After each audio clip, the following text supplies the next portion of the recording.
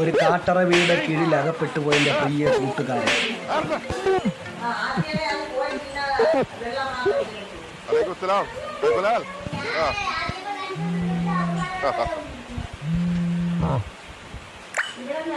പാപ്പാന്റെ കോളാണല്ലോ.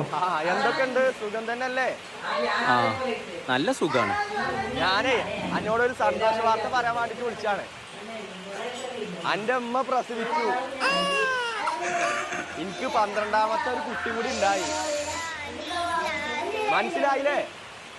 അനക്കൊരു പെൺകുട്ടിയും കൂടി ഉണ്ടായിന്ന്. പേരെന്തേലും ആണല്ലോ. എന്താ പെടുക? അതിന് കളി